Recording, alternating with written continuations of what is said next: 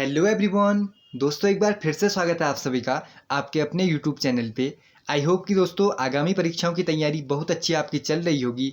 इसी तैयारी को और बेहतर बनाने के लिए एक नई वीडियो दोस्तों मैं आपके सामने लेकर आ चुका हूँ। इस वीडियो में मैंने प्राचीन भारत, मध्यकालीन भारत और आधुनिक भारत के ऐसे मोस्ट इंपोर्टेंट क्वेश्चन सेलेक्ट किए हैं जो बहुत सारी परीक्षाओं में रिपीट होते रहते हैं और आपकी आगामी परीक्षाओं में भी पूछे जा सकते हैं। तो ये क्वेश्चन तो सभी को आने ही चाहिए। तो चलिए दोस्तों साथ मिलकर आज की वीडियो को भी स्टार्ट करते हैं। आज की वीडियो में पहला सवाल हमसे पूछा जाता है, सिंधु घाटी सभ्यता है जो वह किससे संबंधित है। सबसे पहले प्राचीन भारत के क्वेश्चंस को हम बनाने वाले हैं। इसमें 4 ऑप्शन आपको दिए जाते हैं, प्रागैतिहासिक युग, ऐतिहासिक युग, आद्य ऐतिहासिक युग या फिर उत्तर ऐतिहासिक युग। तो इसका बिल्कुल राइट ऑप्शन हो जाने वाला है आद्य ऐतिहासिक युग से संबंधित है सिंधु सभ्यता। ऑप्शन नंबर बी हो जाएगा इसका बिल्कुल राइट ऑप्शन।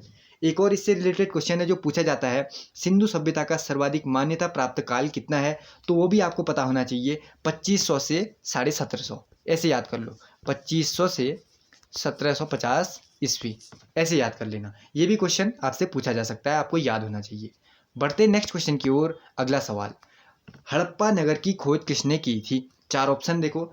इस वीडियो में इस क्वेश्चन के बाद मैं ऑप्शनों को नहीं बोलने वाला क्योंकि उससे वीडियो ज़्यादा लंबी हो जाती है। तो हम कम समय में ज़्यादा क्वेश्चनों को सॉल्व करने की कोशिश करेंगे ताकि आपका टाइम भी बचेगा और आपको याद भी हो जाए। हड़प्पा नगर की खोज किसने की थी। दयाराम साहनी जी ने की थी। तो ऑप्शन नंबर ए हो जाएगा इसका बिल्कुल राइट ऑप्शन, दयाराम साहनी।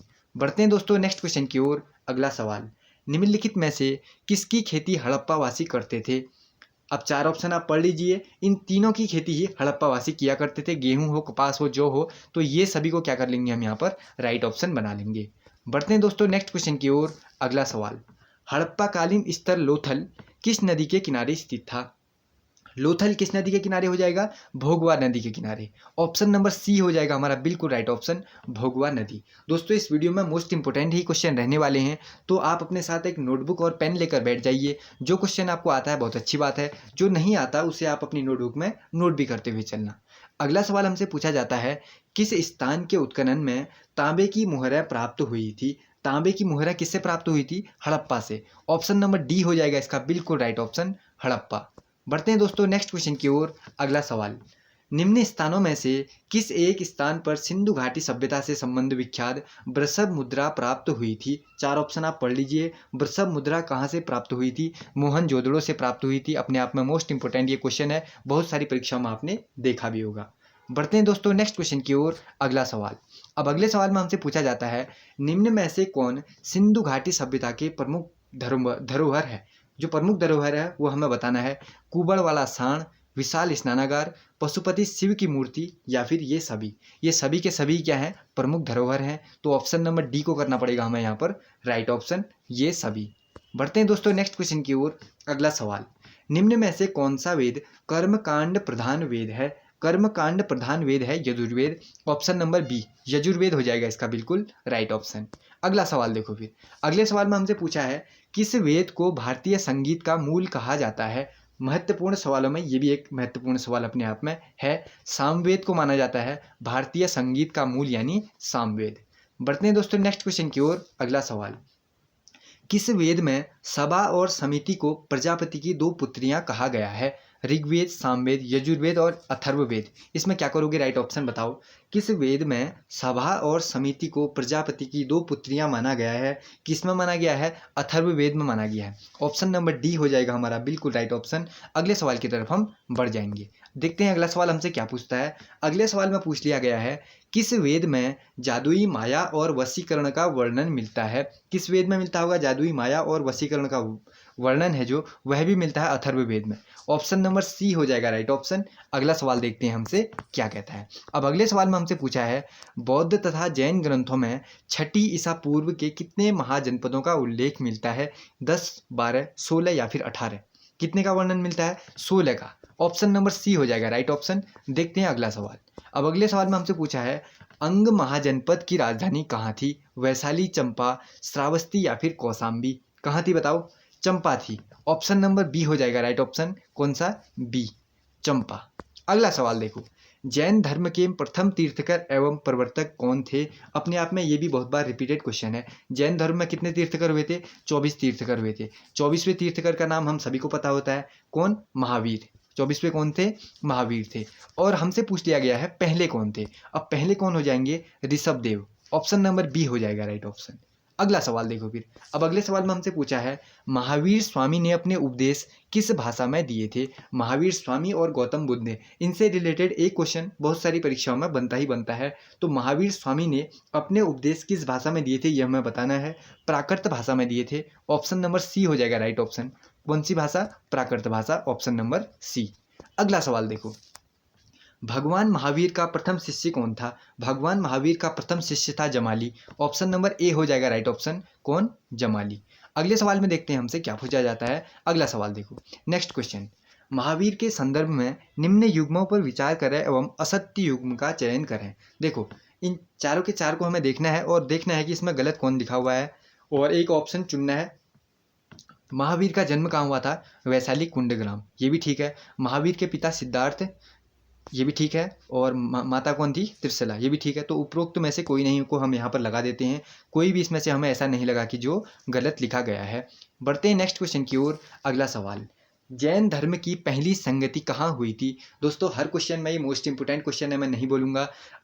मैंने उन्हीं क्वेश्चनों को इसमें सेलेक्ट किया है जो अपने आप में महत्वपूर्ण हैं और परीक्षाओं में बन सकते हैं, तो इसीलिए हर क्वेश्चन इंपॉर्टेंट है। जैन धर्म की पहली संगति कहाँ हुई होगी? पाटलिपुत्र में हुई थी। ऑप्शन नंबर ए राइट हो जाएगा। कौन? पाटलिपुत्र। अगला सवाल देखो। बुद्ध का जन्म कहाँ हुआ था? बुद्ध का जन्म कहाँ हुआ था बताओ। इसमें कंफ्यूज नहीं होना है। महावीर स्वामी और गौतम बुद्ध, इनमें कंफ्यूज नहीं होना है। बुद्ध का जन्म हुआ था लुम्बिनी में। ऑप्शन नंबर बी राइट हो जाएगा। अगला सवाल देखो। भगवान बुद्ध ने अपना पहला उपदेश कहाँ दिया था? भगवान बुद्ध ने अपना पहला उपदेश दिया था सारनाथ में। ऑप्शन नंबर सी हो जाएगा हमारा बिल्कुल राइट ऑप्शन, सारनाथ। अगला सवाल देखो। महात्मा बुद्ध को किस स्थान पर महापरिनिर्वाण प्राप्त हुआ था? बोधगया, सारनाथ, कुशीनगर या फिर वैशाली? कहाँ प्राप्त हुआ था? महापरिनिर्वाण प्राप्त हुआ था कुशीनगर में। ऑप्शन नंबर सी हो जाएगा हमारा बिल्कुल राइट ऑप्शन, कुशीनगर। अगला सवाल देखो। बौद्ध संगतियों के 4 संरक्षक शासकों का सही क्रम क्या होगा? इसको आप चाहो तो रट लो। इसको क्या कर लो आप? रट लो। इसमें आपको कन्फ्यूजन बहुत ज़्यादा हो सकता है अगर ये क्वेश्चन आपको आपके एग्जाम में देखने को मिल जाए। कनिष्ठ सहायक परीक्षा में देखने को मिल सकता है, फॉरेस्ट गार्ड में मिल सकता है, या फिर जो पटवारी लेखपाल है उसमें मिल सकता है। आगामी कोई भी परीक्षा हो उसमें आपको देखने को मिल सकता है ये क्वेश्चन। तो आपको याद होना चाहिए 4 सही अनुक्रम अगर आपको बताना है तो अजातशत्रु, कालाशोक, अशोक और कनिष्क, यानी ऑप्शन नंबर डी वाला राइट हो जाएगा। कौन सा वाला राइट हो जाएगा? ऑप्शन नंबर डी वाला। अगले सवाल की तरफ हम साथ में बढ़ते हैं। अब अगले सवाल में हमसे पूछा गया है हर्यक वंश का संस्थापक कौन था? अभी तक हम जितने भी क्वेश्चन बना रहे हैं सारे प्राचीन भारत से ही संबंधित है। इसके बाद मध्यकालीन आएगा और उसके बाद जो है आधुनिक आएगा। उसके बाद कुछ क्वेश्चन और भी हैं मोस्ट इंपॉर्टेंट, वो मैं आपको लास्ट में ही बताने वाला हूँ। मेरे साथ वीडियो में अंत तक बने रहना, जरूर आपको फायदा ही फायदा होगा। हर्यक वंश का संस्थापक कौन था? बिंबिसार। ऑप्शन नंबर बी हो जाएगा राइट ऑप्शन, बिंबिसार। अगला सवाल देखो। अगले सवाल में हमसे पूछा जाता है पाटलिपुत्र की स्थापना किस शासक ने की थी? किसकी स्थापना? पाटलिपुत्र की स्थापना किसने की थी? उदयन ने। ऑप्शन नंबर सी राइट हो जाएगा, उदयन। ये आपको हमेशा के लिए क्या रखना है? याद रखना है, इसमें कंफ्यूज नहीं होना है। अगला सवाल देखो। ऑप्शनों के हिसाब से अगर देखोगे अशोक, उदयन, अजातशत्रु या फिर महापद्मनन, किसने की थी? उदयन ने। अगला सवाल देखो। कौन सिकंदर का समकालीन था? ये भी एक ऐसा क्वेश्चन है जो हर परीक्षा में यानी कि रिपीट होता रहता है, हम ऐसा कह सकते हैं। सिकंदर का हम समकालीन किसे कह देंगे? 4 ऑप्शन में घनानंद को कह देंगे। ऑप्शन नंबर सी राइट हो जाएगा। अगला सवाल देखो। अब अगले सवाल में हमसे पूछा है चाणक्य किसके प्रधानमंत्री थे? किसके हो जाएंगे? चंद्रगुप्त विक्रमादित्य के, अशोक के, चंद्रगुप्त मौर्य के या फिर राजा जनक के? किसके करोगे? देखो अशोक, राजा जनक, इसको कैंसिल कर देते हैं हम। अब बताओ किसमें करोगे? चंद्रगुप्त मौर्य को करोगे। ऑप्शन नंबर किसको करोगे? सी को राइट करोगे। अगला सवाल देखो। विक्रमादित्य नहीं करना है आपको। अगला सवाल। अशोक के अभिलेख और ब्राह्मी लिपि को सर्वप्रथम किसके द्वारा पढ़ा गया था? ये है अपने आप में मोस्ट इंपोर्टेंट। इसमें 2 स्टार लगा के आप अपनी कॉपी में नोट कर सकते हैं। ये अगर आपको दिखेगा तो आपको सीधे राइट ऑप्शन अगर आपको पता होगा तो अपना 1 नंबर आप वहाँ पर इंक्रीज कर सकते हैं, वरना आप कन्फ्यूजन में ही इस क्वेश्चन को भी गलत कर दोगे। बताओ फिर अशोक के अभिलेख पूछे या फिर ब्राह्मी लिपि पूछे, इसको सर्वप्रथम किसके द्वारा पढ़ा गया था? जेम्स प्रिंसेप का नाम आपको याद होना चाहिए। ऑप्शन नंबर बी हो जाएगा दोस्तों, बिल्कुल राइट ऑप्शन, जेम्स प्रिंसेप। अगला सवाल देखो। अगले में हमसे पूछा जाता है अशोक ने किस बौद्ध संत से प्रभावित होकर बौद्ध धर्म अपनाया था? अशोक ने किस संत से प्रभावित होकर बौद्ध धर्म अपनाया था? उपगुप्त से। ऑप्शन नंबर बी हो जाएगा राइट ऑप्शन। अगला सवाल, अब अगले में हमसे पूछा जाता है मौर्य वंश के बाद किस शासक वंश का उदय हुआ था? शुंग, सातवाहन, कण्व या फिर शक? किसका उदय हुआ था मौर्य के बाद? किसका हो गया? शुंग या फिर Shunga. Option number A right हो जाएगा। अगला सवाल देखो, अब अगले में हमसे क्या पूछा गया है? कनिष्क ने किस वर्ष शक संवत की शुरुआत की थी? 72 ईसा, 75, 78 या फिर 105 78 ईस्वी में। Option number C right. अगला देखो, अब अगले में पूछा है भारत का नेपोलियन किसे कहा जाता है? सभी को पता होना चाहिए किसे कहा जाता है? समुद्रगुप्त को कहा जाता है। अगला, आई होप कि दोस्तों क्वेश्चनों का लेवल आपको अच्छा लग रहा होगा क्वेश्चन हमारे लाइक का है, आगामी परीक्षाओं में हमें फायदा दे सकता है। तो इसी तरह मैं क्वेश्चन आपके लिए लाता रहूँगा, अच्छे उन्हीं क्वेश्चनों को लाऊंगा जो आपका जरूर एग्जाम में फायदा दे। सभी क्वेश्चनों को मैं नहीं लाता, ये थोड़ी वीडियो लंबी है क्योंकि इसमें बहुत सारे क्वेश्चन ऐसे हैं, तीनों जो मध्यकालीन था, प्राचीन था, आधुनिक था, तीनों जो है वो क्वेश्चन मैंने एक ही में बना दिए हैं, इसीलिए वीडियो थोड़ी लंबी है, लेकिन इंपॉर्टेंट पूरी वीडियो आपको लगने वाली है। अगला सवाल देखो, गुप्तकालीन बौद्ध शिक्षा का महान केंद्र कौन सा था? कौन सा हो जाएगा? आप एक ही बार में अयोध्या, नासिक, उज्जैन या फिर नालंदा? ऑप्शन देखते हुए आप इस क्वेश्चन को बना सकते हो। ऑप्शन नंबर सी हो जाएगा राइट ऑप्शन। महान केंद्र शिक्षा का हो जाएगा नालंदा। अगला सवाल देखो, सांची का स्तूप किसने बनवाया फिर बताओ? सांची का स्तूप किसने बनवाया था? अशोक ने बनवाया था। ऑप्शन नंबर ए राइट हो जाएगा, सांची का स्तूप बनवाया अशोक ने। अगला सवाल, दशावतार मंदिर का संबंध किस काल से है? ये भी रिपीटेड क्वेश्चन है, इसको क्या कर लो, रिपीटेड क्वेश्चन कर लो। एसएससी की बहुत सारी परीक्षाओं में इस क्वेश्चन को देखा जा चुका है, हो सकता है कि आपकी आगामी परीक्षा में भी ये क्वेश्चन आपको इसी तरीके से देखने को मिल जाए। दशावतार मंदिर का संबंध किससे रहा है? गुप्त काल से रहा है। ऑप्शन नंबर डी को करना पड़ेगा हमें यहाँ पर, बिल्कुल राइट ऑप्शन, गुप्त काल। बढ़ते हैं दोस्तों नेक्स्ट क्वेश्चन की ओर। अगला सवाल, अब अगला सवाल स्टार्ट होता है यहाँ से, मध्यकालीन भारत। आपने पीछे जितने भी क्वेश्चन देखे थे वो प्राचीन भारत के थे, अब स्टार्ट हो चुका है मध्यकालीन भारत, इसके बाद आएगा आधुनिक भारत। अब देखो फिर इसमें कौन सा क्वेश्चन है, मोहम्मद बिन कासिम ने भारत पर आक्रमण कब किया था? मोहम्मद बिन कासिम ने भारत पर 712 ईस्वी में आक्रमण किया था। ऑप्शन नंबर ए में ही हमें दिखता है, तो ऑप्शन नंबर ए को कर लेंगे हम राइट ऑप्शन। अगला सवाल देखो, तराइन का प्रथम युद्ध किस किसके बीच हुआ? तराइन के युद्ध के बारे में आपको पता होना चाहिए, तराइन का कब हुआ था? मोहम्मद गौरी और पृथ्वीराज चौहान। कहाँ पर दिखता है हमें? ऑप्शन नंबर सी में दिखता है, मोहम्मद गौरी और पृथ्वीराज चौहान के बीच हुआ तराइन का पहला युद्ध। कब हुआ होगा? 1191 में, है ना? 1191 ठीक हो जाएगा। तराइन का पहला युद्ध 1191 में ही हुआ था और मोहम्मद गौरी और पृथ्वीराज चौहान के बीच हुआ था। अगला सवाल देखो, लाख बख्श की उपाधि किसे दी गई है? ये भी क्वेश्चन अगर आपने तैयारी की है, बहुत सारी परीक्षा अगर आपने क्वेश्चन पेपर पुराने देखे हैं, तो इस क्वेश्चन का आंसर देने में आपको ज़्यादा कठिनाई नहीं होने वाली। लाख बख्श की उपाधि किसे दी गई है? कुतुबुद्दीन ऐबक को। ऑप्शन नंबर बी राइट हो जाएगा, कुतुबुद्दीन ऐबक। अगला सवाल देखो अब हमसे क्या कहता है। अब अगले सवाल में हमसे पूछा है, 2.5 दिन का झोपड़ा का निर्माण किसने करवाया था? 2.5 दिन का झोपड़े का निर्माण भी करवाया है कुतुबुद्दीन ऐबक ने ही। ऑप्शन नंबर डी राइट हो जाएगा। अगला देखो, अपने विरोधियों के प्रति कठोर लौह एवं रक्त नीति का पालन किसने किया था? ये क्वेश्चन भी पूछ लिया जा सकता है। बलबन ने किया था, अपने जो विरोधी थे उनके प्रति कठोर लौह एवं रक्त नीति अपनाई थी बलबन ने, गयासुद्दीन बलबन। ये याद कर लो आप, इसको क्या कर लो एक ही बार में, अभी याद कर लो वीडियो के चलते चलते ही। कठोर लौह एवं रक्त नीति किसने अपनाई थी अपने विरोधियों के प्रति? बलबन ने। ऑप्शन नंबर बी ने, गयासुद्दीन बलबन। अगला सवाल देखो, प्रसिद्ध फारसी पर्व नौरोज किसने प्रारंभ किया था? ये क्वेश्चन तो यूके ट्रिपल एससी भी बहुत बार पूछ चुका है। नौरोज किसने प्रारंभ किया था? अब बताओ आप लोग। ये भी प्रारंभ किया बलबन ने। ऑप्शन नंबर बी राइट हो जाएगा, है ना? अगला सवाल देखो फिर, इफ्ता प्रणाली पहली बार लागू किसने की थी?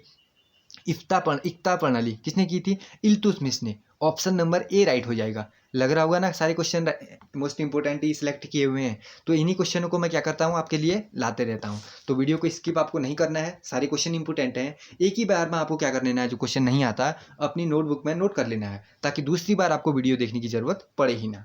तुगलक वंश का संस्थापक कौन था? ये तो आप सीधे सीधे ऐड करोगे, गयासुद्दीन तुगलक। जोना खां, मोहम्मद तुगलक, फिरोज शाह तुगलक, गयासुद्दीन तुगलक। तुगलक वंश का कौन हो जाएगा? ये हो जाएगा option number D, Ghiyasuddin Tughlaq.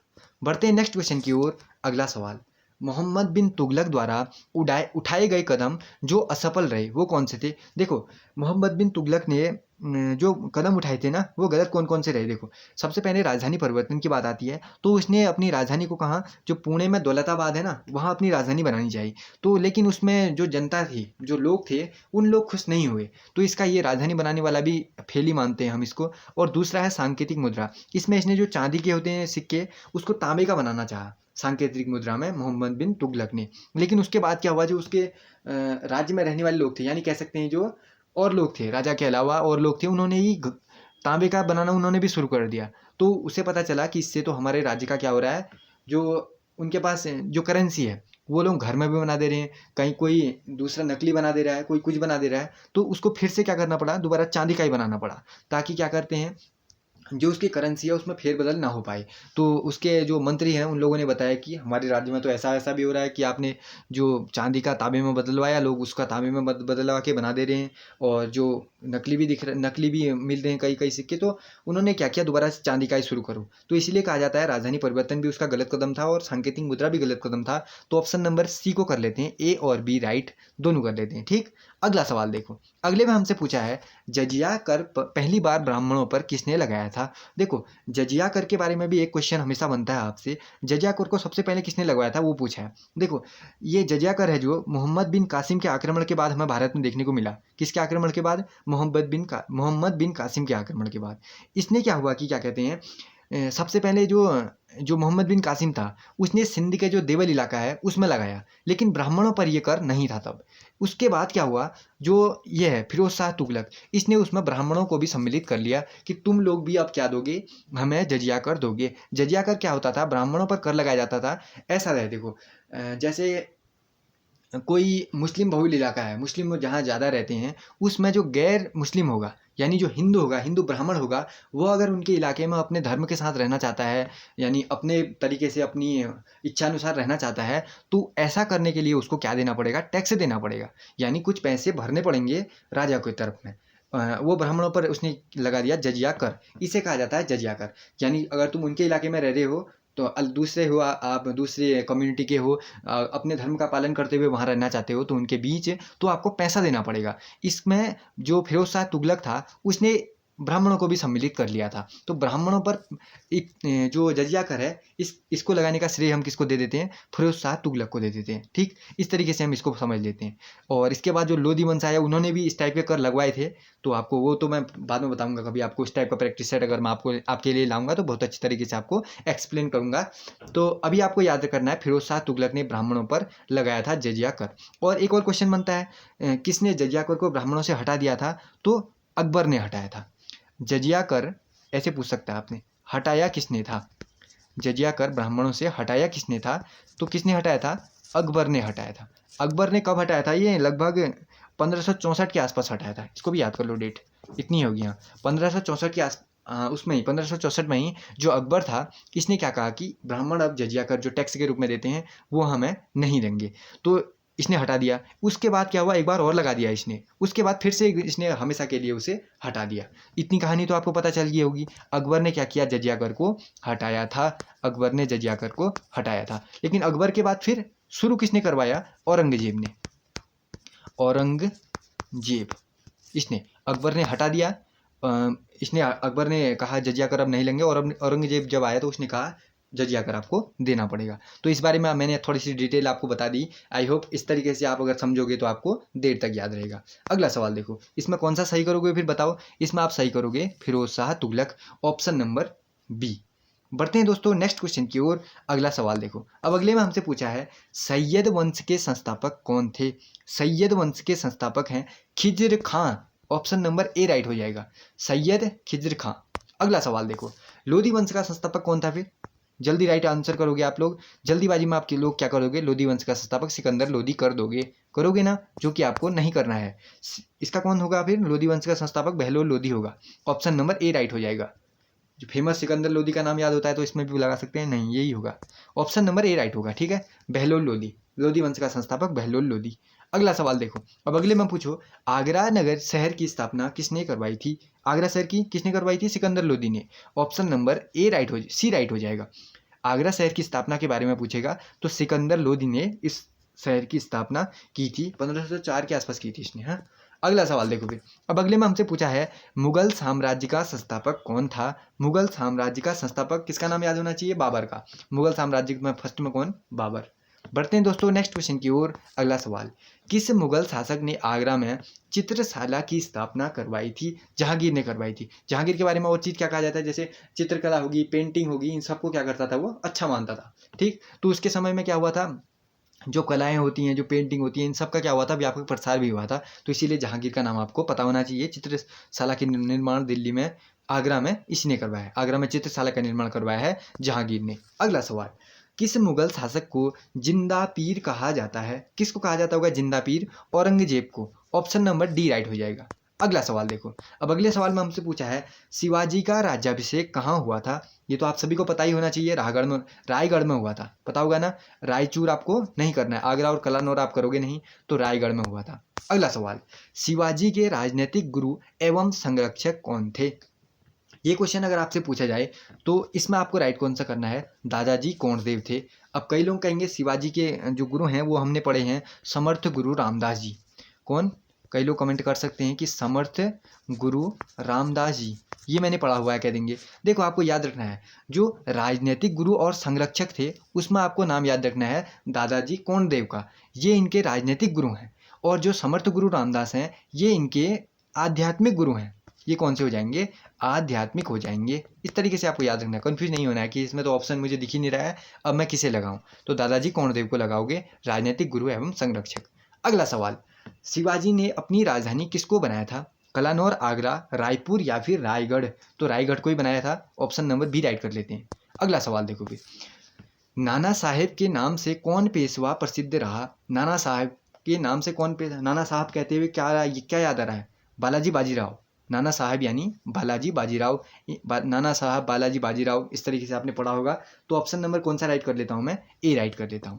अगला सवाल, ईरान के सम्राट नादिर शाह ने दिल्ली पर आक्रमण कब किया था। ये क्वेश्चन भी बहुत बार पूछा जाता है, 1739 में किया था। इसको एक ही बार में याद कर लो, आप रट लो। नादिर शाह ने दिल्ली पर आक्रमण पूछेगा तो 1739 राइट कर लेना। अगले सवाल की तरफ बढ़ जाना। अगला सवाल हमसे कहता है किस एक मुगल बादशाह को शाह ए बेखबर के नाम से जाना जाता है। बहादुर शाह प्रथम को जाना जाता है शाह ए बेखबर। ऑप्शन नंबर ए राइट हो जाएगा। अगला सवाल देखो, मुगल साम्राज्य का अंतिम राजा कौन था। मुगल वंश से भी क्या कहते हैं, मुगल साम्राज्य से भी क्वेश्चन बनता ही बनता है। तो अंतिम राजा, पहले के बारे में मैंने आपको पहले बता दिया है, अब अंतिम के बारे में भी आपको पता होना चाहिए, Bahadur Shah Zafar. Option number D right कर लेते हैं, बहादुर शाह जफर। अगला, हुमायूं नामा की रचना किसने की थी, बताओ। हुमायूं नामा की रचना किसने की होगी, गुलबदन बेगम। ऑप्शन नंबर डी राइट हो जाएगा। इन क्वेश्चनों को एक ही बार में आप याद कर लो, ताकि जैसे ही आपको एग्जाम में दिखता है तो आप सीधे राइट करो और आगे की तरफ बढ़ जाओ। पसंद आ रहे हैं ना क्वेश्चन, कैसे लग रहे हैं क्वेश्चन, मुझे कमेंट करके जरूर बताओ। खानवा का युद्ध 1527 में बाबर ने किसके साथ लड़ा था। खानवा का युद्ध किसके साथ लड़ा था, खानवा का युद्ध बाबर ने राणा सांगा के साथ लड़ा था। ऑप्शन नंबर डी राइट हो जाएगा, राणा सांगा और बाबर के बीच। अगला, मोती मस्जिद का निर्माण किस शासक ने करवाया था। मोती मस्जिद का निर्माण शाहजहां ने करवाया था, आगरा में है ना जो। ऑप्शन नंबर डी राइट हो जाएगा। अगला सवाल देखो, खालसा पंथ की स्थापना किस सिख गुरु ने की थी। ये क्वेश्चन भी बनता ही बनता है, गुरु गोविंद सिंह जी ने की है। खालसा पंथ की स्थापना किसने की है, गुरु गोविंद सिंह जी ने। ये कौन से गुरु हैं, ये हैं 10वें नंबर के। ऑप्शन नंबर मतलब कौन से नंबर के, 10वें नंबर के गुरु हैं गुरु गोविंद सिंह जी। बढ़ते हैं दोस्तों नेक्स्ट क्वेश्चन की ओर। अगला सवाल, इनसे रिलेटेड एक और क्वेश्चन था, अभी मुझे याद नहीं आ रहा है, अभी याद आएगा तो मैं वो बता दूंगा। ठीक, एक और क्वेश्चन होंगे, ऐसे 2-3 क्वेश्चन और होंगे, तो उसमें अगर मुझे पता चलेगा तो वो भी मैं आपको क्लियर करवा दूंगा। पानीपत का प्रथम युद्ध कब हुआ था। पानीपत का प्रथम युद्ध कब हुआ होगा, बताओ फिर जल्दी से। 1526 में हुआ था। पानीपत का पहला वाला कब हुआ था, 1526, 1556, 1557 या फिर 1761। तो 1526 में ही हुआ है पानीपत का पहला युद्ध। देखो पानीपत का पहला, दूसरा और तीसरा और अंतिम जो 3 हुए थे ना, इनके बारे में आपको हमेशा पता होना चाहिए। अभी मैं आपको वो भी बता दूंगा, आगे भी मैंने एक क्वेश्चन और लिया है ऐसा ही। तो आपको पानीपत का पहला युद्ध कब हुआ था, 1526 में हुआ था। एक इब्राहिम लोदी, नाम याद कर लो आज ही इस वीडियो में, आप इसको याद कर लो, इब्राहिम लोदी। आज के बाद आपको इसमें कन्फ्यूजन नहीं होना चाहिए पानीपत के युद्धों के बारे में। इब्राहिम लोदी और बाबर के बीच हुआ था, पहला इन्हीं के बीच हुआ था ना, हाँ, इन्हीं के बीच हुआ था। पानीपत का पहला युद्ध किसके बीच हुआ था? इब्राहिम लोदी और बाबर के बीच 1526 में। अगला सवाल, कन्नौज का युद्ध कब लड़ा गया? 1540 में। इसको तो बहुत पहले मैंने याद किया था, तो 1540 ऐसे ही आपको भी याद कर लेना है। अगला सवाल, पानीपत का दूसरा युद्ध कब लड़ा गया? पहले के बारे में 1526, दूसरा लड़ा गया 1556 में। ऑप्शन नंबर बी राइट हो जाएगा। पानीपत का दूसरा युद्ध लड़ा गया 1556 में। ये लड़ा गया किसके बीच? क्या कहते हैं, अकबर के बीच। एक था अकबर और पानीपत का दूसरा ना, अकबर और हेमचंद विक्रमादित्य। हेमचंद, इस तरीके से मैं शॉर्ट में ऐसे लिख दे रहा हूँ, मतलब जल्दीबाजी में, आप देख लेना। हेमचंद्र विक्रमादित्य, नहीं हेमू भी कहा जाता था, है ना। तो पानीपत का दूसरा युद्ध अकबर और हेमचंद विक्रमादित्य 1556 याद कर लो। अगला सवाल देखो, हल्दी घाटी का युद्ध निम्न में से किसके बीच लड़ा गया? हल्दी घाटी का युद्ध के बारे में सबसे अधिकतर फेमस युद्धों में से ये है, तो आपको पता होना चाहिए। अकबर और महाराणा प्रताप के बीच लड़ा गया हल्दी घाटी का युद्ध, अकबर और महाराणा प्रताप। बढ़ते हैं नेक्स्ट क्वेश्चन की ओर। अगला सवाल, अब एक क्वेश्चन है, पानीपत का तीसरा युद्ध, और ये अंतिम युद्ध भी था पानीपत का, ये कब लड़ा गया? तो ये लड़ा गया 1761 में। तीनों युद्धों के बारे में मैंने आपको बता दिया है, तो अब अगर एग्जाम में आपको एक क्वेश्चन दिखता है तो किसी का भी गलत नहीं होना चाहिए। बताओ फिर।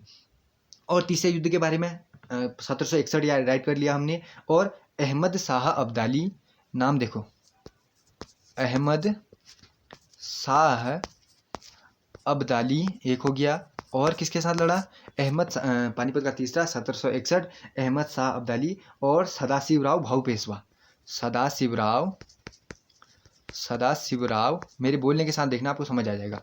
भाऊ पेशवा, इन दोनों के बीच लड़ा गया 1761 में। अगला सवाल देखो, दिल्ली में स्थित जामा मस्जिद का निर्माण किस शासक ने करवाया था? जामा मस्जिद के बारे में भी ये भी पता होना चाहिए आपको। इससे अगर रिलेटेड क्वेश्चन बनता है तो यही बन सकता है, ठीक। इंपोर्टेंट क्वेश्चन भी रहता है, तो आपको इस बारे में भी क्या होना चाहिए? पता होना चाहिए। अब हमसे पूछा है, दिल्ली में स्थित जो जामा मस्जिद है, इसका निर्माण किसने करवाया था? तो शाहजहां ने राइट कर लेते हैं, ऑप्शन नंबर ए ने। अगला, क्रिसमस को किसके जन्म दिवस में? ईसा मसीह के, ऑप्शन नंबर बी राइट। अगला देखो, सिख धर्म में कुल कितने गुरु हुए? कितने हुए थे? 10 हुए थे, ऑप्शन नंबर बी राइट हो जाएगा। जो फर्स्ट वाले थे उनका नाम आपको पता होना चाहिए, कौन? गुरु नानक देव जी। गुरु नानक देव जी हो गए पहले वाले। और जो अंतिम थे यानी 10वें थे, उनके बारे में मैंने आपको बताया, गुरु गोविंद सिंह जी। गुरु गोविंद, मैंने जल्दीबाजी में लिख रहा हूँ, देख लेना, ठीक। सिंह जी हो गए, तो आपको ये भी पता होना चाहिए। अगला सवाल देखो, कितने गुरु मैंने बताए आपको? 10 गुरु। अगले सवाल, अब यहाँ पर से क्वेश्चन हो चुके हैं आधुनिक भारत के क्वेश्चन, और इसमें जो अंग्रेज वगैरह, जो संधियाँ वगैरह, वो है ना, उस टाइप के आएंगे ज़्यादातर क्वेश्चन, ठीक। तो आधुनिक भारत को हम यहाँ पर देख सकते हैं। जो मध्यकालीन था उसको हम यहाँ पर खत्म कर चुके हैं।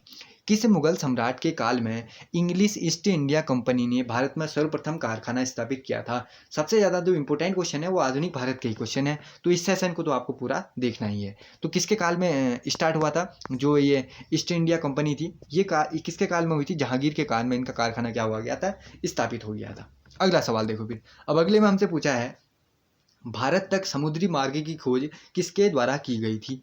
जो आया था वो नाम क्या था उसका? पुर्तगालियों द्वारा। पुर्तगाली कौन था जो समुद्र के रास्ते आया था? उसका नाम क्या था? वो था नाम, रुको अभी मेरे दिमाग में नहीं आ रहा है, मैं अभी आपको बताता हूँ, ठीक। भारत में समुद्री मार्ग की खोज किसके द्वारा की गई थी? डचों द्वारा, अंग्रेजों द्वारा, फ्रांसीसी द्वारा, या फिर पुर्तगालियों द्वारा? तो वो की गई थी पुर्तगालियों द्वारा। उसका नाम था वास्को डी गामा। ऐसा नाम कैसे भूल सकते हैं हम? वास्को डी गामा, उसका नाम क्या था? वास्को डी गामा, पुर्तगाली था जो आया था। कैसे कैसे नाम भूल जाता हूँ। अगला सवाल देखो, अब अगले में क्वेश्चन है, हमसे पूछा है, फ्रांसीसियों का प्राचीनतम कारखाना कहाँ स्थापित हुआ था? फ्रांसीसियों का प्राचीनतम कारखाना सूरत में स्थापित हुआ था, ऑप्शन नंबर डी राइट। अगला सवाल देखो, 1857 की क्रांति में निम्न नेताओं में से किसका वास्तविक नाम रामचंद्र पांडुरंग था? अब बताओ फिर। देखो, जिन्हें हम तात्या टोपे भी कहते हैं, उनका जो मूल नाम है, जो वास्तविक नाम है, वो क्या है? रामचंद्र पांडुरंग है। आपको पता था क्या इससे पहले? बताओ, आप कमेंट करना, आपको पता है कि नहीं करके, जो चल लिया नीचे बताओ। रामचंद्र पांडुरंग किसका था? तात्या टोपे जी का था। अगला, फैजाबाद में 1857 ईस्वी के विद्रोह का नेतृत्व किसने किया था? ये क्वेश्चन भी अगर आपसे बन सकता है तो किसका राइट करोगे? अहमदुल्ला खान, खान बहादुर खान, बख्त खान, या फिर नाना साहब? किसको राइट करोगे? बताओ, जल्दी बताओ। फैजाबाद में 1857 ईस्वी के विद्रोह का नेतृत्व किसने किया था? मौलवी अहमदुल्ला ने। Option number A option right हो जाएगा। अगला सवाल देखो फिर। अब अगले में हमसे क्या पूछा जाता है? अगले में हमसे पूछा जाता है 1857 ईस्वी के विद्रोह में कानपुर में सैनिकों का नेतृत्व किसने किया था? इस टाइप से अगर आपसे क्वेश्चन पूछेगा तो तब क्या राइट करोगे? 1857 के विद्रोह में कानपुर में सैनिकों का नेतृत्व किसने किया था? कुंवर सिंह, अमर सिंह, लक्ष्मीबाई या फिर नाना साहब? तो किसने किया था? नाना साहब ने। ऑप्शन नंबर डी राइट हो जाएगा। फैजाबाद के लिए पूछा, 1857 का विद्रोह फैजाबाद में पूछा तो मौलवी अहमदुल्ला ने, और क्या कहते हैं 1857 में कानपुर में सैनिकों का नेतृत्व पूछा तो नाना साहब ने। अगला सवाल देखो। भारतीय राष्ट्रीय कांग्रेस की स्थापना कब हुई थी? बताओ। इस भारतीय राष्ट्रीय कांग्रेस में भी बहुत सारे इंपॉर्टेंट क्वेश्चन है, वो आपको पता होना चाहिए। भारतीय राष्ट्रीय कांग्रेस की स्थापना हुई है 1885 में। रटा हुआ होना चाहिए पहले से। जो सिंपल क्वेश्चन रहते हैं उसमें तो आपको बिल्कुल भी देर नहीं लगानी है, ठीक। लेकिन जब आप एग्जाम में सॉल्व करते हैं तो ये चीज़ का बहुत ध्यान रखना है, क्वेश्चन सही पढ़ूँ और आंसर आए तो वो आपका सही होना ही है। क्वेश्चन ही गलत पढ़ दोगे, 4 ऑप्शनों में कंफ्यूज हो जाओगे तो फिर राइट नहीं हो पाएगा। देखो 1885 में हुई भारतीय राष्ट्रीय कांग्रेस की स्थापना किसने की थी? A.O. ह्यूम ने। इसको ऐसे लिख देता हूँ, देखो समझ जाओगे आप लोग। A.O. ह्यूम, सिर्फ समझने के लिए लिखा है, नाम याद कर लेना, ह्यूम। A.O. ह्यूम ने इसकी स्थापना की थी। और इसकी स्थापना कहाँ हुई थी? मुंबई में हुई थी। सारे जो कांग्रेस के बारे में है ना फैक्ट, ये मैं सारे बता रहा हूँ, आपको याद करते रहने। देखो A.O. ह्यूम ने स्थापना की थी 1885 में की थी, मुंबई में की थी। पहला अध्यक्ष कौन था इसका? फर्स्ट अध्यक्ष, अच्छा ये तो नीचे क्वेश्चन ही है, मैं आपको बता दूंगा अभी। पहले अध्यक्ष, चलो अगला क्वेश्चन बनाते फिर बताता हूँ। भारतीय राष्ट्रीय कांग्रेस के प्रथम अध्यक्ष कौन थे? व्योमेश चंद्र बनर्जी। कौन? व्योमेश चंद्र बनर्जी, ऐसे भी आपको दिख सकता है, देखो व्योमेश बनर्जी। पहले अध्यक्ष कौन हो जाएंगे? व्योमेश बनर्जी हो जाएंगे। एक क्वेश्चन है भारतीय राष्ट्रीय कांग्रेस, इंडियन नेशनल कांग्रेस की स्थापना जब हुई थी उस समय वायसराय कौन था? तो डफरिन था उस समय वायसराय। कौन था? डफरिन था। ये क्वेश्चन आपसे बन सकता है। और बन सकता है आपका जो भारतीय राष्ट्रीय कांग्रेस है इसके पहले मुस्लिम अध्यक्ष कौन थे? अभी आपने क्या पढ़ा था? पहले अध्यक्ष पढ़ा था व्योमेश बनर्जी। पहले मुस्लिम अध्यक्ष अगर आपसे पूछ लिया जा सकता है, मुस्लिम अध्यक्ष, तो बदरुद्दीन तैयब जी का नाम, बदरुद्दीन तैयब जी, ये नाम आपको याद होना चाहिए। और पहली महिला पूछ लेता है, पहली महिला और मुस्लिम महिला पूछ लेता है। पहली मुस्लिम महिला कौन हो जाएगी फिर? एनी बेसेंट हो जाएगी, इस तरीके से आपको सारे याद होना चाहिए। और वैसे पहली भारतीय पूछेगा तो पहली, जल्दी मैं लिख रहा हूँ मैं, इस तरीके से देख लो, उसमें वीडियो वैसे ही ज़्यादा लंबी है तो आपका टाइम ज़्यादा नहीं लगना चाहिए। पहली भारतीय महिला पूछेगा तो सरोजिनी नायडू, पहली भारतीय महिला पूछेगा तो सरोजिनी नायडू। मेरे बोलने के साथ देखना आपको समझ आ जाएगा। तो इसी तरीके से कुछ इंपॉर्टेंट क्वेश्चन ये रहे जो मैंने आपको बता दिए। और स्वतंत्रता के समय अध्यक्ष कौन था? स्वतंत्रता जब आज़ादी मिल रही थी उस समय कौन था? JB कृपलानी। स्वतंत्रता के समय अध्यक्ष कौन था आईएनसी का? JB कृपलानी हो गया। प्रथम यूरोपीय अध्यक्ष कौन था? ये क्वेश्चन बन जाता है, प्रथम यूरोपीय अध्यक्ष। और बताते याद आते रहेंगे तो मैं आपको बताते रहूँगा। प्रथम यूरोपीय अध्यक्ष कांग्रेस का कौन था? जॉर्ज यूले, इसको याद कर लो, ठीक। अगर कोई मिलते रहेंगे तो मैं आपको बताते रहूँगा। बढ़ते हैं दोस्तों नेक्स्ट क्वेश्चन की ओर। अगला सवाल, भारतीय राष्ट्रीय कांग्रेस के प्रथम अध्यक्ष कौन थे? अच्छा ये तो हम बना चुके हैं, व्योमेश बनर्जी। इसमें मैंने आपको और चीज़ें भी बता दी। अगला सवाल, बंगाल विभाजन के समय भारत के गवर्नर जनरल कौन थे? बंगाल विभाजन के समय कौन था? Lord Curzon. Option number B right हो जाएगा। अगला सवाल देखो, अखिल भारतीय कांग्रेस की प्रथम महिला अध्यक्ष कौन थी? अभी हमने पढ़ा था, एनी बेसेंट पढ़ा था। ऑप्शन नंबर सी राइट कर लेते हैं, है ना। हाँ, पहली महिला अध्यक्षा वही होंगी। हाँ, तो भारतीय पूछेगा तो सरोजिनी नायडू। अगला सवाल देखो, सर्वप्रथम किसने स्वराज शब्द का प्रयोग किया था? स्वराज शब्द का प्रयोग सबसे पहले किया था स्वामी दयानंद सरस्वती ने। ऑप्शन नंबर कौन हो जाएगा? डी राइट हो जाएगा। अगला सवाल देखो, जलियांवाला बाग हत्याकांड की घटना कब हुई थी? 1919 में हुई थी, आपको याद होना चाहिए, वर्ष 1919। अगला सवाल देखो फिर। अब अगले में हमसे पूछा जाता है, पूर्ण स्वराज की मांग कांग्रेस के किस अधिवेशन में की गई? अपने आप में मोस्ट इंपोर्टेंट ये क्वेश्चन है, लाहौर अधिवेशन में। इसको मोस्ट इंपोर्टेंट पहले कर लो, पूर्ण स्वराज की मांग कहाँ? लाहौर अधिवेशन। ऑप्शन नंबर सी राइट हो जाएगा। अगला सवाल देखो, अगला, पूना पैक्ट समझौते का संबंध किससे है? पूना पैक्ट समझौते का संबंध है दलित वर्ग से। अभी आपको उतना ही पढ़ के जाना है, मतलब यानी उतना ही आपके में याद रखना है, जो कि आपको एग्जाम में फ़ायदा दिला सके। जो इसकी बेसिक क्लासें होती हैं जिसमें लंबा बताया जाता है पूना पैक्ट किससे संबंधित था, क्यों हुआ, वो मैं आपको जब मैं लॉन्ग वीडियो बनाऊंगा, जब बहुत जल्द मैं बोल्ड पे भी क्लासें लाने वाला हूँ। अगर बोल्ड पे जब मैं क्लासें लाऊंगा तो आपको और अच्छी तरह समझा पाऊंगा। दोस्तों आप लोग कमेंट करते हो, जब कभी मुझे वीडियो बनाने का मन ना भी लगता है तो इतने अच्छे अच्छे कमेंट आप लोग किए रहते हो तो मुझे फिर से वीडियो बनाने का मन चल जाता है। तो इसीलिए मैं वीडियो को बना ही देता हूँ। वीडियो बनाने में मुझे अच्छा भी लगता है और आप लोग कमेंट करते हो तो मुझे उससे ज़्यादा मोटिवेशन मिलता है। तो बहुत जल्द मैं बोल्ड पे भी क्लासें लाऊंगा, उससे आपको ज़्यादा फायदा मिलेगा। पूना पैक्ट समझौता किससे था? दलित वर्ग से था। ऑप्शन नंबर ए हो जाएगा राइट ऑप्शन, दलित वर्ग। अगला देखो, चौरा चौरी कांड की घटना कब घटित हुई थी? चौरा चौरी कांड की घटना कब हुई थी? 4 फरवरी 1922 में। वर्ष 1922, 4 फरवरी थी ना डेट, हाँ यही होगी, 4 फरवरी 1922। अगला सवाल, महात्मा गांधी द्वारा सविनय अवज्ञा आंदोलन कब किया गया था? महात्मा गांधी द्वारा सविनय अवज्ञा आंदोलन कब किया? 5 अप्रैल 1930। ऑप्शन नंबर ए राइट कर लेते हैं, ठीक। अगला सवाल देखो, प्रथम गोलमेज सम्मेलन का आयोजन किस वर्ष किया गया? प्रथम गोलमेज सम्मेलन 1930, 1932, 1934 या फिर 1933। तो प्रथम वाला कब हो जाएगा? 1930 हो जाएगा। ऑप्शन नंबर ए राइट हो जाएगा, ठीक। गोलमेज सम्मेलन के बारे में इंपॉर्टेंट क्वेश्चन है, वो मैं आपको बताता हूँ, ठीक।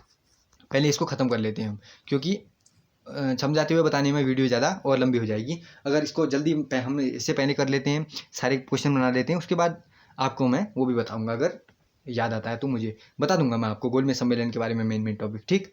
क्रिप्स मिशन भारत कब आया था बताओ फिर, पहले इसको बना लेते हैं। 1942 में भारत आया था। अगला सवाल, मुस्लिम लीग द्वारा प्रत्यक्ष कार्यवाही दिवस कब मनाया गया? मोस्ट इंपॉर्टेंट है, ऐसे ही क्वेश्चन होते हैं जिसमें आप अपने नंबर गंवा लेते हैं। अगर आप घर से याद करके एक ही बार में आपका याद किया हुआ आ जाए तो सबका गलत होगा, आपका ही सही होगा। बहुत कम बच्चे होते हैं जो ऐसे क्वेश्चनों में जो टेढ़े मेढ़े टाइप के पूछ लिए जा सकते हैं, उनको आप बना सकते हैं। 16 अगस्त 1946। अगला सवाल देखो, महात्मा गांधी ने 1916 में साबरमती आश्रम की स्थापना कहाँ की थी? अहमदाबाद में की थी, आपको याद होना चाहिए साबरमती आश्रम। अगला सवाल, महात्मा गांधी द्वारा संचालित पहला इस किसान आंदोलन कौन सा था? पहला किसान आंदोलन महात्मा गांधी ने जो चलाया कौन सा हो जाएगा बताओ फिर, जल्दी बताओ। चंपारण आंदोलन। ऑप्शन नंबर बी राइट हो जाएगा। मानता हूँ वीडियो ज़्यादा लंबी है, लेकिन इंपॉर्टेंट क्वेश्चन है आपके लिए, उसमें फायदा होने वाला है। खेड़ा सत्याग्रह का नेतृत्व किसने किया था? खेड़ा सत्याग्रह का नेतृत्व किसने किया था बताओ? महात्मा गांधी ने किया था खेड़ा सत्याग्रह का, महात्मा गांधी ने। तो इस तरीके से आपको वीडियो को देखते हुए जाना है, और इसीलिए मैं वीडियो में ज़्यादा देर भी नहीं लगाता, ऑप्शन भी नहीं बोल रहा हूँ, ताकि आपका टाइम बच जाए और वीडियो क्या हो जाए, ठीक टाइम में कम समय में निपट भी जाए। ब्रह्म समाज का संस्थापक कौन था? कौन हो जाएगा? राजा राम मोहन राय। ब्रह्म समाज में नाम याद रखना है, राजा राम मोहन राय। अगला सवाल देखो, आर्य समाज की स्थापना किसने की थी? आर्य समाज की स्थापना किसने की थी? आर्य समाज की स्थापना की थी स्वामी दयानंद सरस्वती ने। ऑप्शन नंबर डी राइट हो जाएगा। इन्होंने एक नारा दिया था, ये भी पूछा जा सकता है, वेदों की ओर लौटो, वेदों की ओर लौटो। वेदों की ओर लौटो का नारा किसने दिया था? दयानंद सरस्वती ने। अगला सवाल, स्वामी विवेकानंद द्वारा रामकृष्ण मिशन की स्थापना कब की गई? कब की गई? 1885, 1892, 1900 या फिर 1897? कब की गई? 1897 में की गई। 1897 ऑप्शन नंबर सी। अगला, अखिल भारतीय किसान सभा का गठन कब हुआ था? इस टाइप के क्वेश्चन भी कर लिया करो याद, क्योंकि इस टाइप के क्वेश्चन होते हैं अचानक से ही क्या कर लिए जाते हैं, पूछ लिए जाते हैं। तो 1936 में हुई थी इसकी स्थापना। बढ़ते हैं दोस्तों नेक्स्ट क्वेश्चन की ओर। अगला सवाल, अखिल भारतीय किसान सभा की स्थापना कब हुई थी? हमने अभी याद किया कब हुई थी, 1936 में हुई थी। अब पूछा जाता है इसकी अध्यक्षता किसने की थी? तो स्वामी सहजानंद ने की थी इसकी अध्यक्षता। ऑप्शन नंबर ए राइट हो जाएगा। अगला सवाल देखो, काकोरी कांड के नायक कौन थे? काकोरी कांड में जो मास्टरमाइंड था वो कौन था? ये भी क्वेश्चन इस टाइप से पूछा जा सकता है। काकोरी कांड के मास्टरमाइंड या फिर काकोरी कांड के नायक थे Ram Prasad Bismil. Option number A right हो जाएगा। अगला सवाल देखो, हरिजन पत्रिका है, उसके संपादक, ये तो राइट कर लोगे ना, हरिजन पत्रिका किसने प्रकाशित की थी ऐसे पूछ सकता है, महात्मा गांधी राइट होगा। अगला सवाल देखो फिर, अब अगले सवाल की तरफ हम बढ़ते हैं। अगला, नील दर्पण के लेखक कौन है? इकबाल, भूपेंद्र दत्त, दीनबंधु मित्र या फिर अरविंद घोष? नील दर्पण के लेखक हैं दीनबंधु मित्र। ऑप्शन नंबर सी राइट हो जाएगा, दीनबंधु मित्र। अगला सवाल, दादा भाई नौरोजी द्वारा संपादित समाचार पत्र कौन सा था? दादा भाई नौरोजी ने संपादित किया था। दादा भाई नौरोजी से भी एक क्वेश्चन बनता है, ठीक। एक पिछला प्रैक्टिस सेट है, उसमें इनके बारे में मैं सारी चीज बता चुका हूँ। दादा भाई नौरोजी द्वारा संपादित समाचार पत्र कौन सा था? राष्ट्र गुप्तार। ऑप्शन नंबर कौन सा, ए राइट हो जाएगा, राफ्त गुफ्तार। अगला सवाल, गीता रहस्य नामक प्रसिद्ध पुस्तक की रचना किसने की? लाला लाजपत राय, गंगाधर तिलक, जवाहरलाल नेहरू, मदन मोहन मालवीय। गीता रहस्य नामक प्रसिद्ध पुस्तक किसकी हो जाएगी? बाल गंगाधर तिलक की। ऑप्शन नंबर कौन सा, बी राइट हो जाएगा। अगला सवाल, युगांतर पत्रिका के संपादक कौन थे? युगांतर पत्रिका के संपादक कौन हो जाएंगे? Bhupendra Nath Ghosh. Option number A right हो जाएगा, भूपेंद्र नाथ घोष। एक बरिंद्र कुमार घोष का नाम भी आपको याद रखना चाहिए, बरिंद्र कुमार घोष। अगर ये ऑप्शन नहीं दिखता तो इसको राइट करना है आपको, ये दोनों करा। अगला सवाल, स्वराज हमारा जन्मसिद्ध अधिकार है। देखो ये क्वेश्चन तो सिंपल है ना, इनको हम क्या बनाएंगे, जल्दी बनाएंगे। देखो स्वराज हमारा जन्मसिद्ध अधिकार है और हम इसे लेकर रहेंगे वाला, बाल गंगाधर तिलक। अगला, दिल्ली चलो का नारा, सुभाष चंद्र बोस। अगला, इंकलाब जिंदाबाद। देखो इस क्वेश्चन में आपको एक और चीज मैं आपको बताना चाहूंगा, इसमें आपको राइट करना है। देखो इंकलाब जिंदाबाद, सबसे पहले किसका नाम याद आता है आपको? भगत सिंह जी का। आता है ना नाम याद, बहुत अच्छी बात है, आना भी चाहिए। अब देखो आपको एक ही है, जो इंकलाब जिंदाबाद था, ये नारा दिया किसने, यानी लाया कौन सबसे पहले? इसे बनाया था, इसे लिखा था हसरत मोहानी ने। ऑप्शन नंबर ए राइट हो जाएगा। देखो इसके साथ ही इन्होंने तो लिख दिया, यानी कह दिया, कहा किसने इसे फेमस किसने किया? इस नारे का उपयोग जो भगत सिंह जी ने किया था, जब इस नारे का उपयोग, तो ये क्या हो गया, बहुत ज़्यादा फेमस हो गया। ठीक, तो आपको इन दोनों का नाम ही याद रखना है, इंकलाब जिंदाबाद। अगर इस टाइप के ऑप्शनों में आपको भगत सिंह ही दिखता है, हसरत मोहानी नहीं, तो आपको क्या राइट करना है? भगत सिंह राइट करना है। अगर हसरत मोहानी दिखता है फिर भगत सिंह दिखता है, तो इंकलाब जिंदाबाद किसने कहा का नारा दिया था? हसरत मोहानी ने। इसे प्रयोग में किसने लाया था, फेमस किसने बनाया था? भगत सिंह जी ने। तो आपको ये बारे में मैं आपको बता देना चाहता हूँ, आपको याद रखना चाहिए। कभी क्या हो कि आपको भगत सिंह ऑप्शन में मिले ही ना, भगत सिंह जी का नाम आपको ऑप्शन में दिखे ही ना, तो आप कह दो कि अरे यार इंकलाब जिंदाबाद तो भगत सिंह जी ने कहा था और इन्होंने तो ऑप्शन में भगत सिंह को रखा ही नहीं है, तो तब आप क्या करोगे? तब आप हसरत मोहानी को क्या करोगे? राइट ऑप्शन कर दोगे। जहाँ वैसे तो इसमें दोनों ऑप्शन दे दिए हैं, अगर आपको क्वेश्चन देखने को मिलेगा तो एक ही ऑप्शन वहाँ दिखेगा, तो दोनों का नाम आपको याद रखना है। दोनों दिखते हैं तो हसरत मोहानी पहले करना, ठीक। अगर ये दिखता है तो दूसरा वाला ऑप्शन दिखता है तो भगत सिंह जी करोगे। इस टाइप में अगर दोनों दिख गए तो हसरत मोहानी राइट हो जाएगा, इसको फेमस बनाया था भगत सिंह जी ने। अगला सवाल, करो या मरो महात्मा गांधी। अगला सवाल, तुम मुझे खून दो मैं तुम्हें आज़ादी दूंगा, सुभाष चंद्र बोस। अगला सवाल, अब अगले में हमसे पूछा जाता है, इस टाइप के जो शॉर्ट में जल्दीबाजी में आने वाले क्वेश्चन है, यानी आप सभी को भी आते होंगे, उनको हम जल्दी बनाते हुए चलते हैं। अब यहाँ से दोस्तों कुछ क्वेश्चन है विश्व के इतिहास के, तो इस टाइप के क्वेश्चन भी मुझे लगा कि इसी वीडियो में कवर आपको करवा देता हूँ, तो इस एक बार एक नज़र इसमें भी मार लो। विश्व में नवजागरण की शुरुआत किस देश में हुई? विश्व में नवजागरण की शुरुआत हुई थी इटली से। Option number B right. अब अगला सवाल देखो, अगले सवाल में हमसे पूछा जाता है, यूरोप में धर्म सुधार आंदोलन की शुरुआत किसके प्रयासों से हुई? यूरोप में धर्म सुधार आंदोलन की शुरुआत किसके प्रयासों से हुई? मार्टिन लूथर के। ऑप्शन नंबर सी के, मार्टिन लूथर हो जाएगा इसका बिल्कुल राइट ऑप्शन। बढ़ते हैं दोस्तों नेक्स्ट क्वेश्चन की ओर। अगला सवाल, अब अगले सवाल में हमसे पूछा है, 1498 ईस्वी में भारत की खोज करने वाला वास्को डी गामा किस यूरोपीय देश का नागरिक था? कहाँ का था वो? पुर्तगाल का था, यही नाम अभी मैं पीछे बोल रहा था। अगला सवाल, निम्न में से किस व्यक्ति ने पूरे विश्व की समुद्री यात्रा की है? देखो किसने की होगी बताओ फिर? मैगलेन ने। मैगलेन का नाम आपको पता होना चाहिए, जिसने पूरे विश्व की समुद्री यात्रा की है। अगला सवाल, इंग्लैंड में गौरवपूर्ण क्रांति कब हुई थी? इंग्लैंड में गौरवपूर्ण क्रांति हुई थी 1688 में। ऑप्शन नंबर सी हो जाएगा राइट ऑप्शन। अगला सवाल देखो, अब अगले सवाल में हमसे पूछा है, इंग्लैंड में हुई गौरवपूर्ण क्रांति के बारे में निम्नलिखित में से कौन सा कथन सही है पूछा है। तो जो ये क्रांति थी बहुत ही शांतिपूर्ण तरीके से हुई थी, यानी यह एक रक्तहीन क्रांति थी। ऑप्शन नंबर सी राइट हो जाएगा। अगला सवाल देखो, विश्व में औद्योगिक क्रांति की शुरुआत किस शताब्दी में हुई? औद्योगिक क्रांति की शुरुआत हुई थी वो 18वीं शताब्दी से हुई थी। अगला, निम्न में से एक औद्योगिक क्रांति की विशेषता क्या थी? और विशेषता हमें बतानी है, कृषि अर्थव्यवस्था का औद्योगिक अर्थव्यवस्था में रूपांतरण और औद्योगिक क्रांति का आरंभ सूती वस्त्र में उद्योग से हुआ। तो ये दोनों ही ठीक है, तो ए और बी दोनों था। अगला सवाल, निम्नलिखित में से कौन सा युग में सुमेलित है? देखो फर्स्ट में हमें दिखता है सेफ्टी लैंप का आविष्कार किसने किया था? सर हम्फ्री डेवी ने किया था, तो बाकी तीन गलत हैं, ये वाला ही सही है। अगला सवाल देखो, अमेरिका को पूर्ण स्वतंत्रता कब मिली थी? जुलाई 1776 में मिली थी अमेरिका को पूरी तरीके से स्वतंत्रता। और एक ऐसा देश जो कभी गुलाम नहीं हुआ वो कौन था? नेपाल था।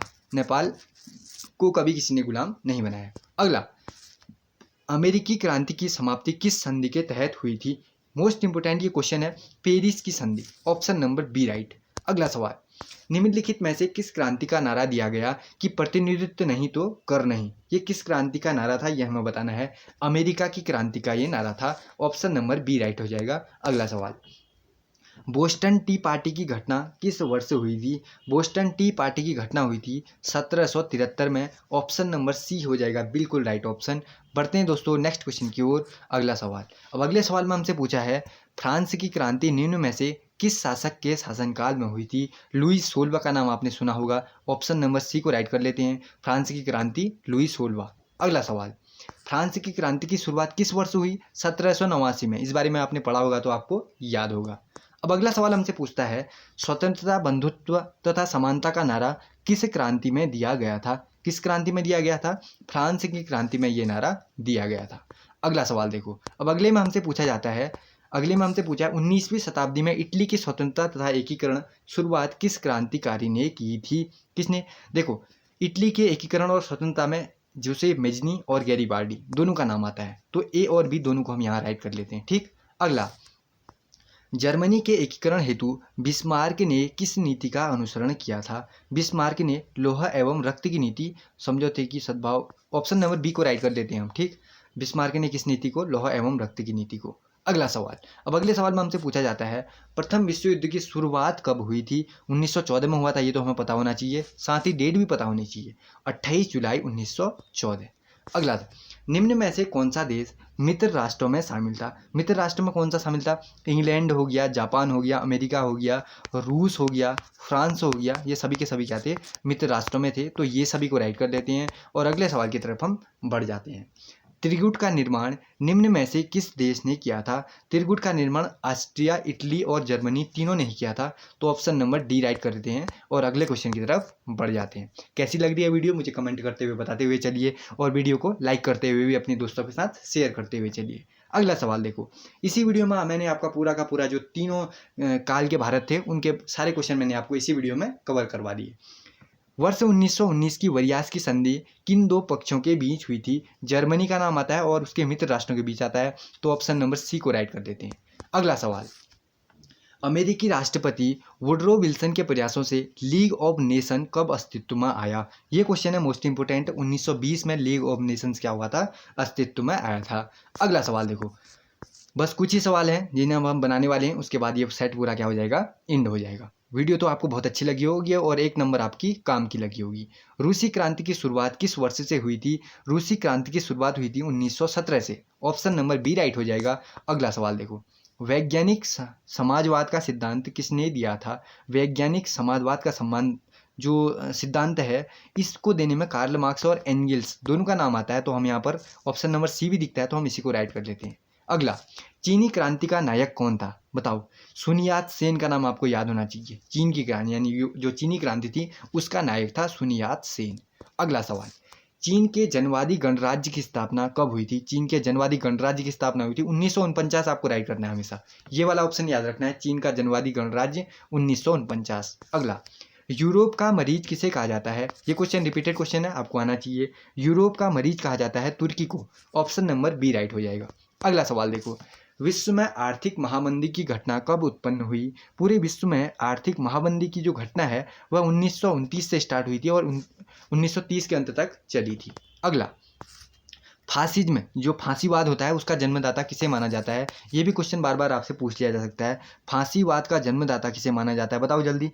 फांसीवाद का जन्मदाता माना जाता है मुसोलिनी को, ऑप्शन नंबर बी को। अगला, किसने एक राष्ट्र एक नेता का नारा दिया था? एक राष्ट्र यानी एक नेता, एक राष्ट्र एक नेता, ये किसने कहा था? हिटलर ने कहा था। अगला सवाल, अब अगले में हमसे पूछा है, द्वितीय विश्व युद्ध के दौरान अमेरिका ने किस शहर पर बम गिराया था? हिरोशिमा और नागासाकी दोनों पर ही गिराया था, ऑप्शन नंबर ए राइट हो जाएगा। और इस तरीके से आपको एक और चीज़ पता होनी चाहिए, वो आगे भी क्वेश्चन है मैं आपको बताऊंगा। द्वितीय विश्व युद्ध की अवधि क्या थी? ये 1939 से चला था, आपको पता होगा ना, 1939 से, तो इसको नहीं करना, आपको 46 वाला नहीं करना है, 1939 से 1945। अगला, जापान ने हिरोशिमा शहर पर परमाणु बम कब गिराया था? हिरोशिमा और नागासाकी दोनों में बम गिरा था, तो आपको दोनों की डेट याद होनी चाहिए। हिरोशिमा में कब गिरा था? 6 अगस्त 1945 को गिरा था, और फिर 9 अगस्त को कहाँ गिरा? 9 अगस्त 1945 को कहाँ गिरा? 9 अगस्त 1945 यानी ऑप्शन नंबर बी, इसमें गिरा था नागासाकी में। नागासाकी। हिरोशिमा में 6 अगस्त 1945 में, फिर 9 अगस्त को कहाँ गिरा? नागासाकी में। तो दोस्तों आज की प्रैक्टिस सेट की वीडियो यहीं पर खत्म होती है। आई होप कि दोस्तों वीडियो आपको अच्छी लगी होगी। जो क्वेश्चनों का लेवल था, जिस टाइप के क्वेश्चन थे, वो आपको बहुत अच्छे लगे होंगे और अपने आगामी परीक्षाओं के लिए मोस्ट इंपॉर्टेंट ये वीडियो रही होगी। तो दोस्तों मैंने इन क्वेश्चनों को ढूंढ के आपके लिए ये वीडियो तैयार की। वीडियो कैसी लगी मुझे कमेंट करके ज़रूर बताना। आप लोग ऐसे ही कमेंट करते रहना और बहुत अच्छे रिस्पॉन्स मेरी वीडियो पे आप लोग दिखाते हो और बहुत अच्छे अच्छे कमेंट करते हो, उसके लिए आपका दिल से थैंक यू। और मुझे बहुत अच्छा लगता है आप लोग कमेंट करते हो, तो इसीलिए वीडियो बनाने का कभी मन नहीं भी होता तो आपके कमेंट देख के मैं क्या कर लेता हूँ, वीडियो तैयार कर ही देता हूँ। तो इसी तरह कमेंट करते रहना, मैं भी आपके लिए अच्छे अच्छे कंटेंट और अच्छे अच्छे वीडियो जो आपको एग्जाम में फ़ायदा दें वो ढूंढ कर लाते रहूँगा। और एक और चीज़, अगर आपको वीडियो अच्छी लगती है बस उन दोस्तों के साथ वीडियो को शेयर कर दिया करो जो आगामी किसी भी परीक्षा की तैयारी कर रहे हैं, यूकेपीएससी के अंदर हो या फिर स्टेट लेवल या सेंट्रल लेवल, किसी भी एग्जाम की तैयारी कर रहे हो, उन्हें इस वीडियो को शेयर कर दिया करो। वीडियो ज़्यादा लंबा ना हो जाए तो इसीलिए इसको यहीं पर ख़त्म करते हैं। बहुत जल्द मुलाकात होगी नई वीडियो के साथ, तब तक के लिए पढ़ते रहिए, मुस्कुराते रहिए। जय देवभूमि उत्तराखंड, जय हिंद, जय भारत।